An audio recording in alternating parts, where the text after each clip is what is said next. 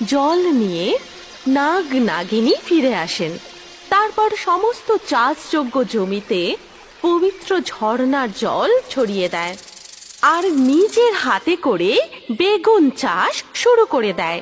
পবিত্র ঝর্ণার জলেতে সেই এক রাতেই গাছ বড় হয়ে যায়।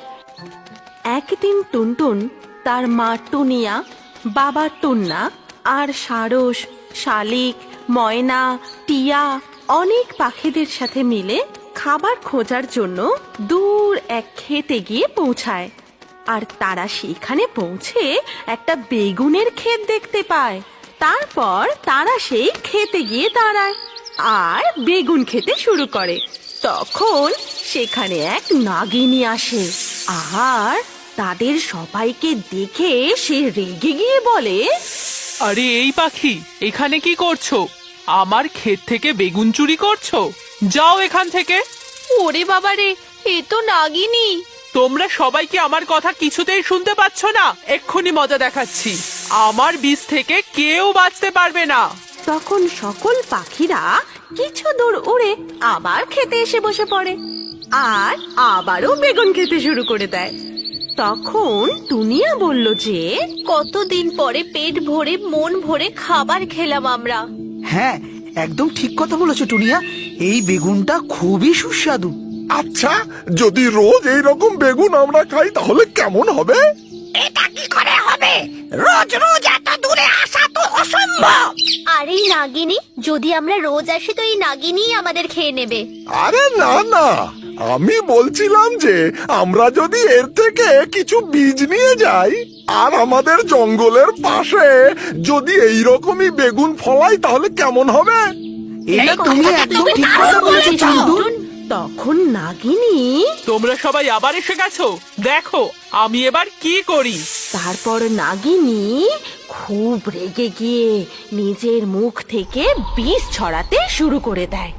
তখন সকল পাখিরা নিজেদের মুখে করে দানা নিয়ে সেখান থেকে পালিয়ে যেতে থাকে। তারপর তারা জঙ্গলে পৌঁছে, ওই বেগুনগুলো সত্যি খুব ভালো ছিল। এবার আমরা সবাই মিলে ওই জঙ্গলের ধারে গিয়ে এই বেগুনগুলোরই চাষ করব। এরপরে তারা সকলে মিলে খুব পরিশ্রম করে বেগুনের চাষ করে আর অনেক বেগুন ফলেও ফেলে। কিন্তু সেই বছর খুব বৃষ্টি হওয়ার জন্য গোটা গ্রাম জলের তলায় ডুবে যায় আর জল ধীরে ধীরে জঙ্গলের দিকে এগোতে থাকে। তখন টুনটুন বলে যে, সব পাখিরা আমার কথা শোনো, এই জঙ্গলের চারিদিক জলে ডুবে গেছে আর সমস্ত খাবার জলে ভেসে গেছে। শুধু বেঁচে আছে এই বেগুনের ক্ষেত, আর এবারে ফসলও ভালোই হয়েছে। এবার আমাদের সমস্ত বেগুন জড়ো করে নিজেদের বাসায় সংগ্রহ করতে পারলেই ভালো হবে, না হলে এই খাবারও নষ্ট হয়ে যাবে। হ্যাঁ হ্যাঁ, তুই একদম ঠিক কথা বলেছিস টুনটুন। আমাদের সকলেরই বেগুন তোলা শুরু করে দেওয়া উচিত। তারপর সকল পাখিরা মিলে বেগুন তুলে নিজেদের নিজেদের বাসায় জমা করতে থাকে। তারপর নিশ্চিন্ত হয়ে শালিক বলে যে, শুধু টুনটুনের জন্যই এই বৃষ্টির দিনেও আমাদের খাবার সংগ্রহ করতে কোনো কষ্ট হবে না, আর খাবার খুঁজতেও এদিক ওদিক যেতে হবে না। হ্যাঁ, আর আমরা এই বছর সবাই একসাথে বর্ষার মজা নেব আর বৃষ্টিতে খুব মজা করব। চলো না, আজ আমরা সবাই মিলে এই আনন্দে একটা পার্টি করি। হ্যাঁ হ্যাঁ, কেন নয়, নিশ্চয় নিশ্চয়। তাহলে চলো সবাই, খুব মজা হবে। এই কথা বলার পর সকল পাখিরা মিলে নিজেদের বাচ্চাদের সঙ্গে নিয়ে পার্টি করতে যায়। খুব মজাও করে, নাচ করে, গান করে। কিন্তু এদিকে নাগিনী এসে যায় আর তার খুব জোরে খিদেও পেয়েছিল। তারপর সেই নাগিনী সকল পাখিদের বাসায় অনেক বেগুন দেখতে পায়। তখন আরে বাপরে, এই পাখিগুলোর কাছে এত বেগুন আছে। আচ্ছা, আমার ক্ষেত থেকেই বীজ নিয়ে বেগুন চাষ করেছে। কিন্তু ওই দিন আমার ক্ষেত থেকে তো বেগুন চুরি করেছিল। এবার আমি ওই দিনের প্রতিশোধ নেব। তারপর পার্টি শেষ হয়ে যাবার পরে তারা যখন নিজেদের বাসায় ফেরে, আর তখন আরে এটা কি, আমাদের সবার খাবার এত বেগুনগুলো কোথায় গেল? এবার আমরা কি করব? বাচ্চাদের কি খাওয়াবো? বৃষ্টিতে তো সমস্ত খাবার ডুবে গেছে। এই বেগুনই তো ছিল, এবার আমাদের কি হবে? বাচ্চারা কি খাবে? সব বাচ্চারা না খেয়ে খিদেতে মারা যাবে। এদিকে নাগিনী পেট ভরে বেগুন খেয়ে সেই গাছেই ঘুমোচ্ছিল। তখন নাগিনী সেই পাখিদের কথা শুনতে পায় আর মনে মনে বলে যে, আরে এটা আমি কি করে ফেললাম? আমি ওই পাখিদের সব খাবার খেয়ে নিলাম। আমার কারণে পাখিদের বাচ্চাগুলো খিদে কষ্ট পাবে। এটা হতে পারে না, আমাকে কিছু একটা করতে হবে। তখন নাগিনী হাত জোর করে নাগরাজকে ডাকে। তারপর নাগরাজ আসেন আর নাগিনী তাকে সমস্ত ঘটনা খুলে বলে। তারপর সব কথা শুনে নাগরাজ বলেন যে, এটা তো খুবই খারাপ হয়েছে। ঠিক আছে, চলো আমরা নাগ দেবতার আরাধনা করি। নিশ্চয়ই উনি কোনো না কোনো উপায় তো বলবেন।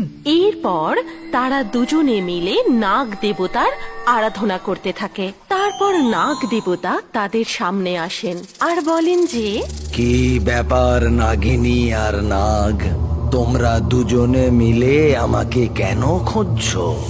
হে নাগ দেবতা, নাগিনী একটা বড় ভুল করে ফেলেছে। খিদের চোটে আর প্রতিশোধ নিতে গিয়ে পাখিদের চাষ করা সব বেগুন খেয়ে নিয়েছে। এখন ওদের কাছে কোনো খাবার নেই, এমনকি ওদের বাচ্চাদের খাওয়ানোর জন্য কোনো খাবার নেই। এখন তোমরা আমার থেকে কি চাও? আমি ওদের খাবার ফিরিয়ে দিতে চাই। যে খাবার তুমি খেয়ে নিয়েছো সেটা কি করে ফেরত দেবে? ঠিক আছে, একটা উপায় আছে। তোমাকে আবার পরিশ্রম করে আবার চাষ করতে হবে।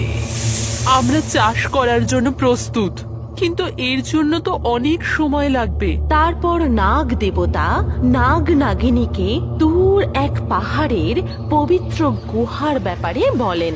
তারপর তিনার আদেশ অনুসারে সেই গুহার ঝর্ণার জল থেকে জল নিয়ে নাগ নাগিনী ফিরে আসেন। তারপর সমস্ত চাষযোগ্য জমিতে পবিত্র ঝর্ণার জল ছড়িয়ে দেয় আর নিজের হাতে করে বেগুন চাষ শুরু করে দেয়।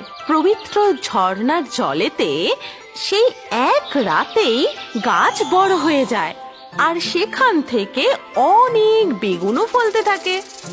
এরপর নাগ নাগিনী পাখিদের ঝাঁকের কাছে গিয়ে দেখে যে সমস্ত পাখিরা মিলে খুব কাঁদছে। তখন নাগিনী বলে, আমি তোমাদের সব পাখিদের থেকে ক্ষমা চাইছি। খিদের জন্য লোভ সামলাতে না পেরে আর তোমাদের থেকে প্রতিশোধ নেবার জন্য আমি তোমাদের সব বেগুন খেয়ে নিয়েছিলাম। কিন্তু আমি বুঝতে পেরেছি যে বেশি লোভ করা একদম ঠিক নয়, আর প্রতিশোধ নেওয়ার জন্য কত সরলদের কষ্ট পেতে হয়।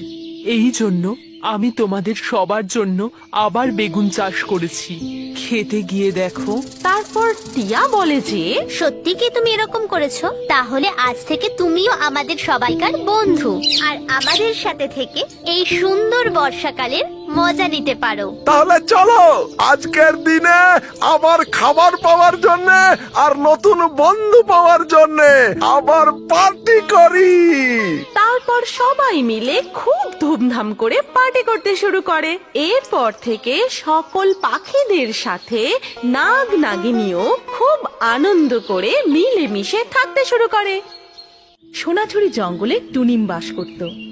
সেই টুনিম খুবই গরিব ছিল।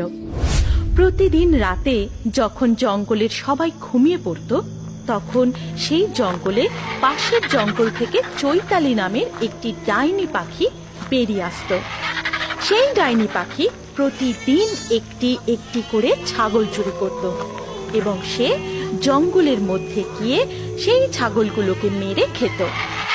এইভাবে প্রতিদিন একের পর এক ছাগল চুরি হতে শুরু করে।